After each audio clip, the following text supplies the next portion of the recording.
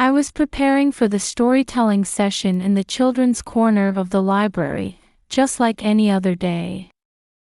As I arranged the small chairs in a circle, I thought of baby Sophia's smile. It had been 3 months since I started sending her to daycare. As a working mother, I was gradually getting used to our new lifestyle. "Miss Betty, what book are you going to read today?" Emily, one of our regular visitors, approached me with her head tilted curiously. I smiled warmly as I showed her the picture book I had taken from the shelf. "My name is Betty Anderson. I'm 34 years old and in my 10th year as a librarian at the Scottsdale Civic Center Library. I love books, and my greatest joy is running the children's storytelling sessions.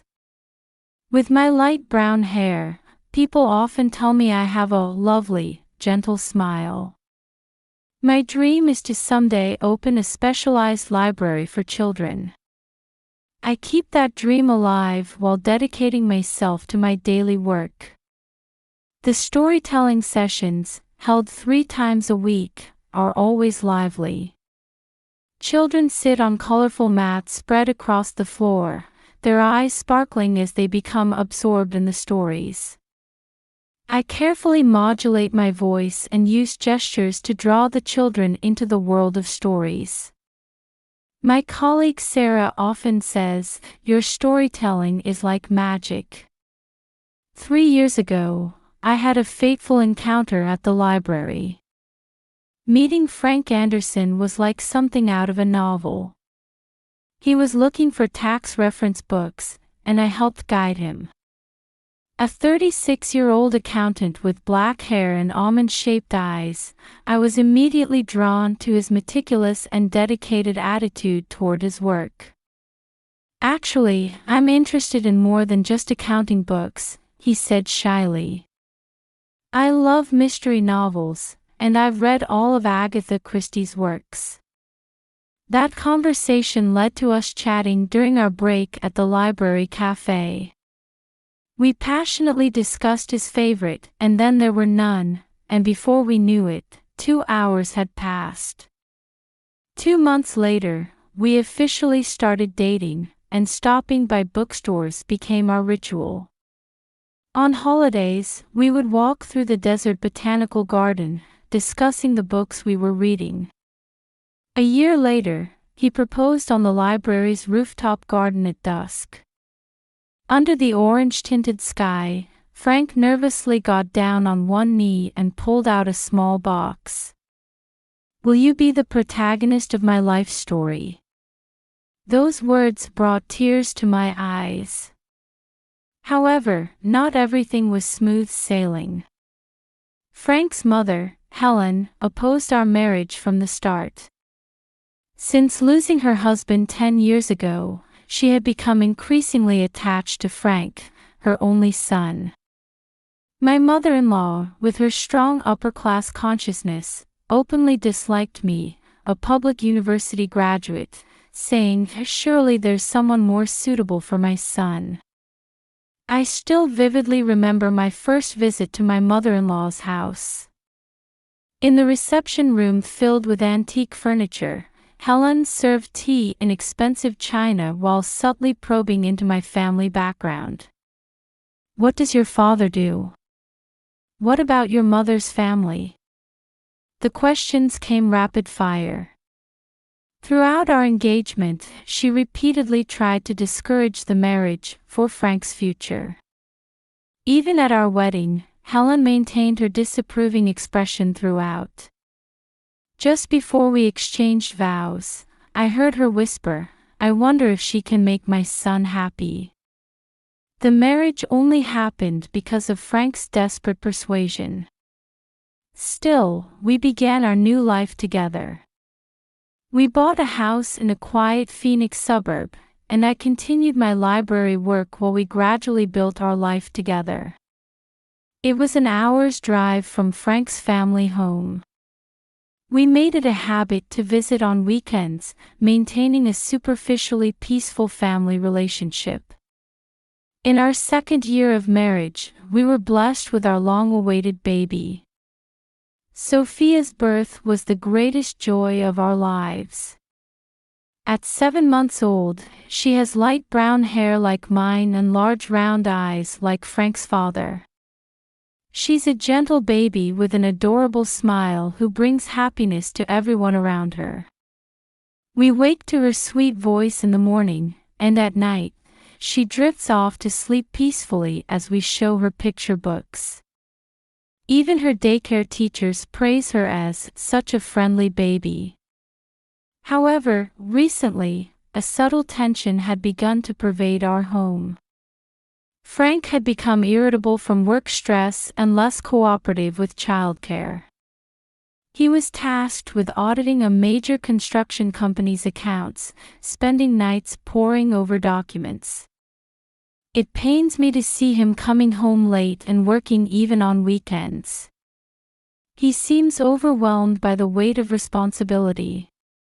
Furthermore, my mother-in-law's frequent interference was complicating matters. Helen would visit 2 or 3 times a week unannounced, giving detailed instructions about housework and childcare. "You're making baby food wrong. That's not the right way to hang laundry," she criticized even the smallest things. What particularly bothered me was her frequent comments about Sophia's appearance. I wonder if this child really has Anderson blood. I'd been hearing such remarks more often lately. My mother-in-law's gaze would turn cold whenever she looked at Sophia's light hair and large eyes. It's been 3 months since I returned to work from maternity leave. While balancing work and childcare with daycare is harder than I imagined, seeing the smiles of many children during storytelling sessions at the library gives me great encouragement. My heart especially warms when mothers with babies Sophia's age come to the storytelling sessions. Today, as usual, I was about to immerse myself in the world of stories with a book in hand. However, I couldn't have imagined that this peaceful daily routine was about to be severely shaken. As I smiled next to the small bookshelf, the clock hands were quietly but surely moving toward a fateful moment. In this corner of the library, filled with children's laughter, I had unknowingly begun the countdown to the darkest chapter of my life. When I returned home from the library, Frank was unusually early. His profile as he stared intently at his computer screen suggested he was facing some important decision. "Betty, do you have a moment?" Frank looked away from the screen and beckoned me over. The monitor displayed a map of northern Arizona. A small marker was placed near Sedona's red rock formations. "I need to inspect a construction site near Sedona next weekend. It's a large-scale resort development project." Frank had recently been put in charge of auditing a major construction company's accounts. I'd heard it was a heavy responsibility but a big opportunity for promotion. The site is far from regular airports. We'll probably need to charter a small plane. He paused briefly, then said, "Why don't we go as a family? Sedona is famous for tourism too." I hesitated a bit at the sudden suggestion. Sophia was only 7 months old, and I had concerns about her first flight. However, Frank had been so busy with work lately, with little family time. Thinking this might be a chance to strengthen our family bonds, I quickly nodded. "Yes, let's go. It'll be Sophia's first plane ride." When I said that, I thought I saw Frank's expression cloud over slightly. But perhaps that was just my imagination. "Mother says she wants to come too."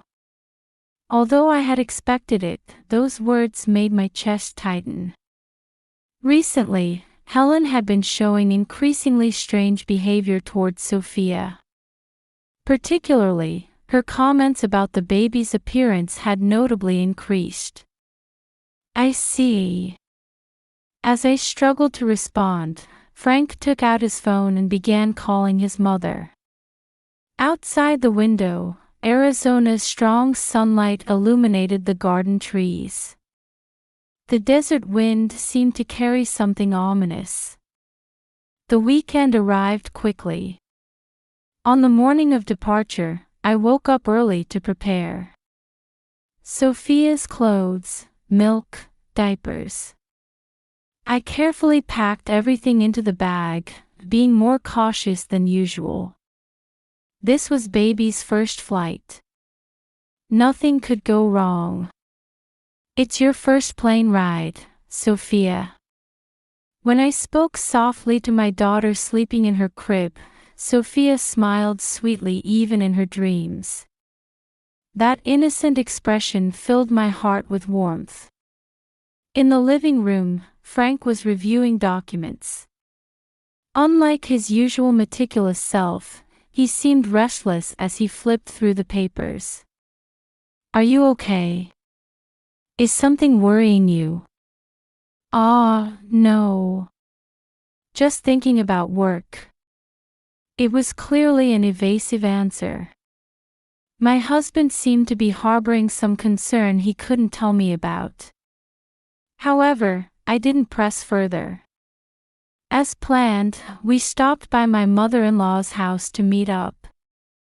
When we got in the car, I could feel Helen's eyes fixed on Sophia. Her usual concerning gaze seemed particularly sharp today. Good morning, Mother. Helen barely nodded at my greeting. Sitting next to me in the back seat where I held Sophia, my mother-in-law was unusually quiet.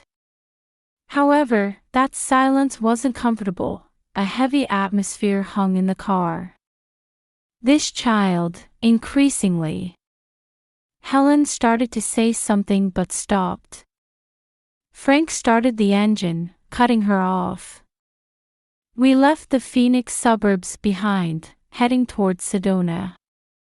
The sunlight remained strong, and Arizona's red earth began to appear hazily through the morning mist. The scenery outside the window gradually changed as we left the city's bustle behind.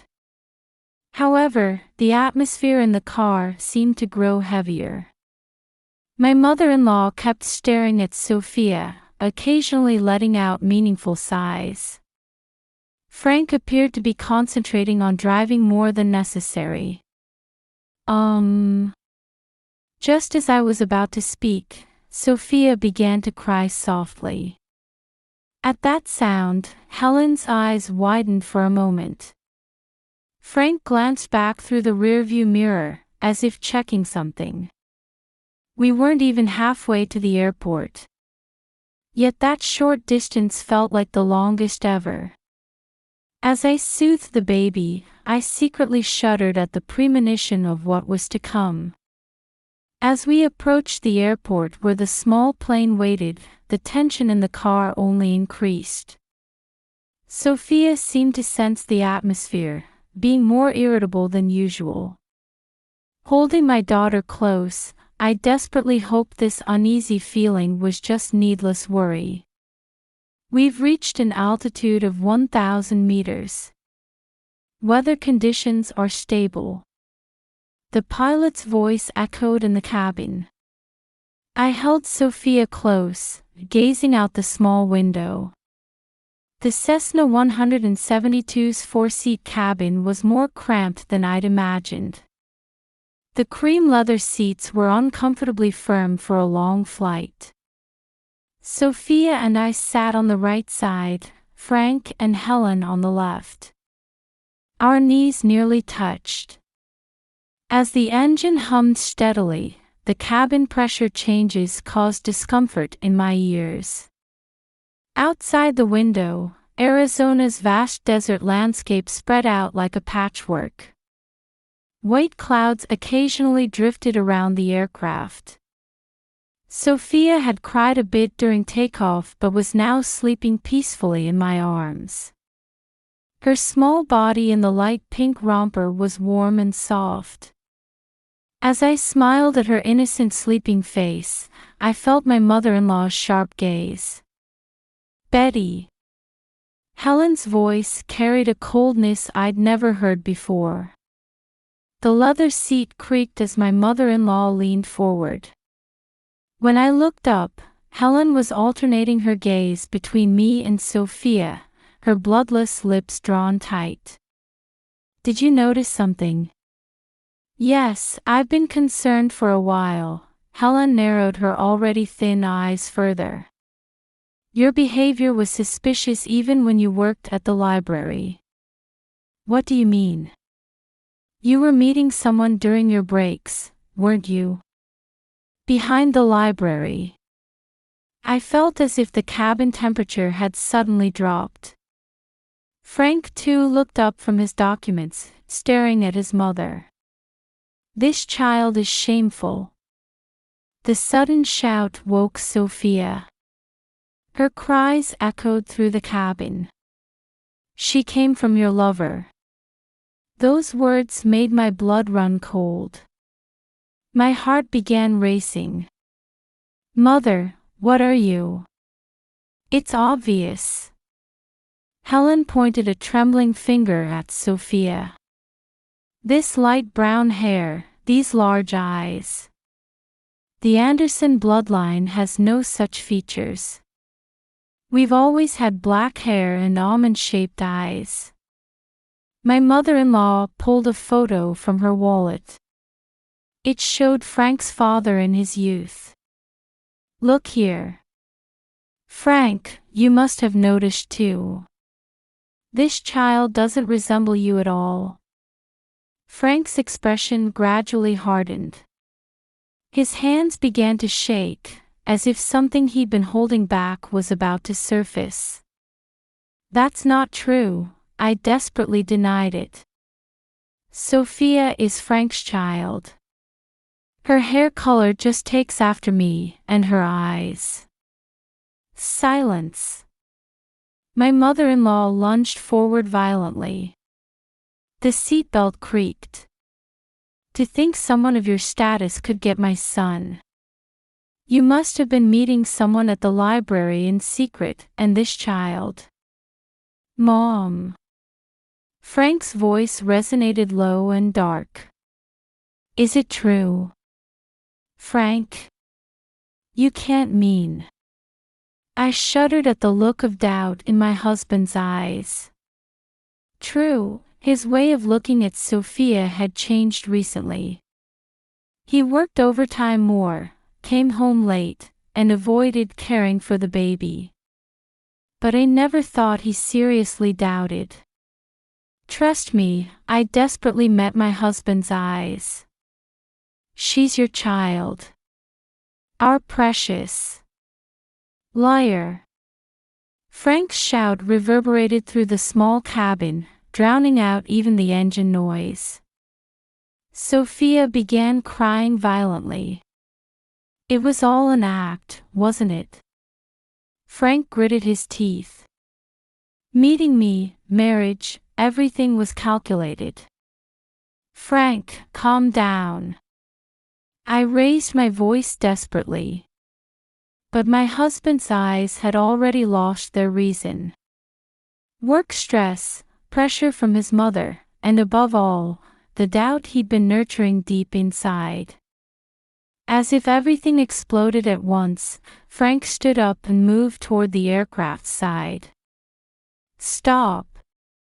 What are you doing?" Despite my screams, Frank grabbed the emergency exit lever. The sound of the lock releasing. Cold wind rushed into the cabin. Papers flew about, and Sophia's cries were lost in the wind. "We don't need a shameful child. Frank, please. Sophia is our." I desperately reached out, but it was too late. Frank snatched Sophia from my arms and walked toward the open door. The pilot's warning alarm blared. "No." "Someone, stop him." As my scream echoed, my husband lifted the baby. In that moment, time seemed to stop. Sophia's cries, the wind's howl, the engine's roar, the pilot's shouts. Everything seemed to fade away. Goodbye. With Frank's cruel words, the tiny body was thrown into the air. Before my eyes, my beloved daughter was sucked into Arizona's blue sky. Her pink romper fluttered in the wind. Sophia.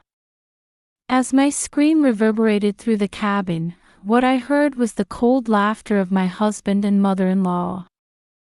That cruel sound was like a demon's whisper. Outside the window stretched endless sky and deep forest. Altitude 1,000 meters. The trees below were eerily clear. And now, somewhere in that dense forest, my little angel was falling. Why would you? Through tears that distorted my vision, I crawled to the window.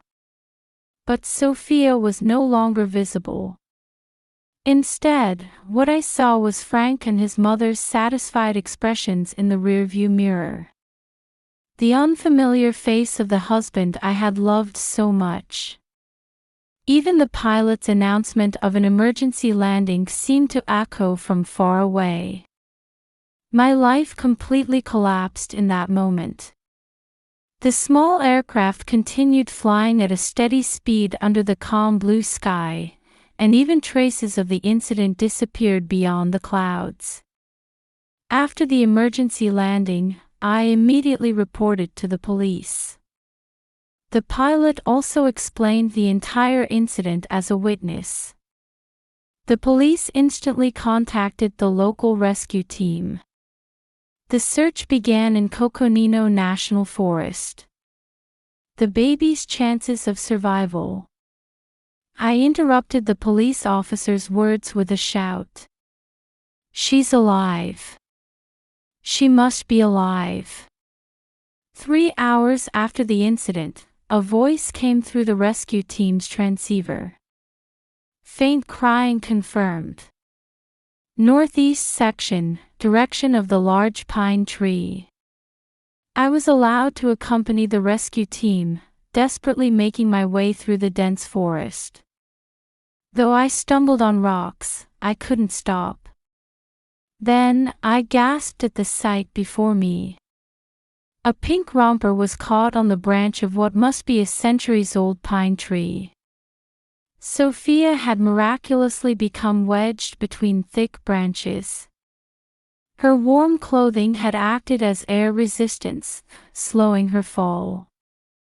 Baby's breathing confirmed. As the rescue team member's voice rang out, I desperately supported my wobbling legs and rushed to the tree's base. "Sophia. Mommy's here." The moment the rescue team carefully climbed the tree and safely brought Sophia down, I heard a faint cry. Miraculously, she had only minor scratches with no serious injuries. That evening's news widely reported this incident as "Miracle Baby Found in Forest." Our images captured on security cameras, the small aircraft's flight records, witness testimonies. All the evidence piled up. Breaking news. A shocking incident in Arizona. A 7-month-old baby was thrown from a small aircraft. Miraculously, the baby survived.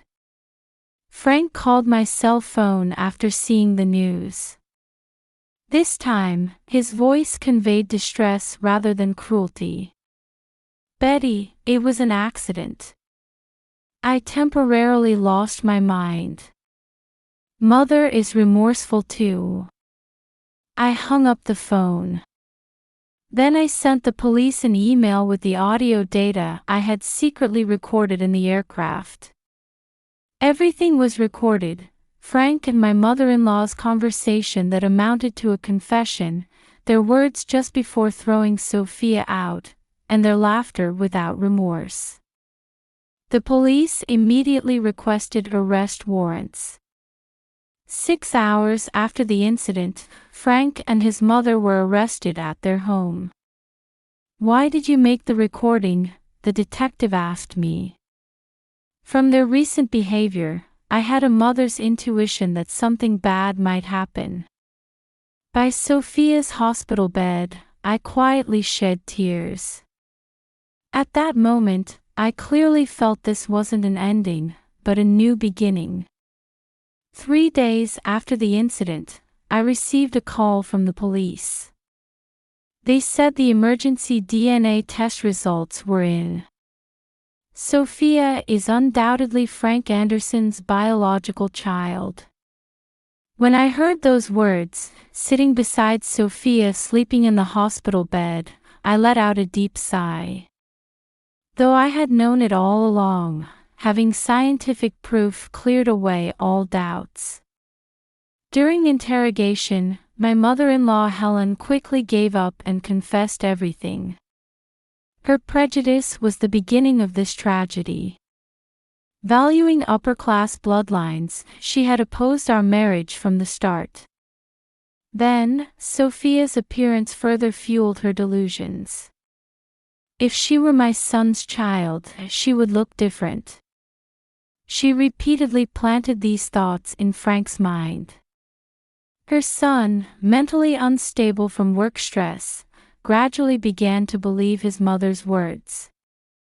And that day, everything exploded. The prosecutors swiftly indicted both suspects for attempted murder. The court also acted quickly, immediately issuing protective orders for Sophia and me. Frank's parental rights were completely revoked, and I was granted sole custody. A week after the incident, Sophia showed remarkable recovery. Miraculously, there were no major aftereffects, and doctors gave permission for discharge. Mike Johnson, the rescue team member who had risked his life to save Sophia that day, visited our hospital room daily. He helped us find a new apartment to coincide with our discharge. It was close to the library and had good security. "You too should be able to live safely here." His kind words brought tears to my eyes. At the library, my colleagues warmly welcomed us back. I resumed the children's storytelling sessions. Being able to return to the world of books while sending Sophia to daycare was my greatest comfort. "We've been waiting for your storytelling, Miss Betty." The smiles of our regular children warm my heart. Sophia too shows the same smile as before. Though scars remain, we had begun walking forward. At night, holding Sophia, I look up at the starry sky through the window. I won't let anyone take this child's smile away again. As a mother and as a woman, strength to walk a new life was growing within me. I remember Mike's words. "Trials make people stronger. But you don't have to bear them alone." Yes, we're not alone anymore. Supported by the kindness of many people, we can weave a new story. Looking at Sophia's sleeping face, I made a vow. From now on, as a mother, I will live strongly yet gently with this child. Though carrying a dark past, we will powerfully open the door to a bright future.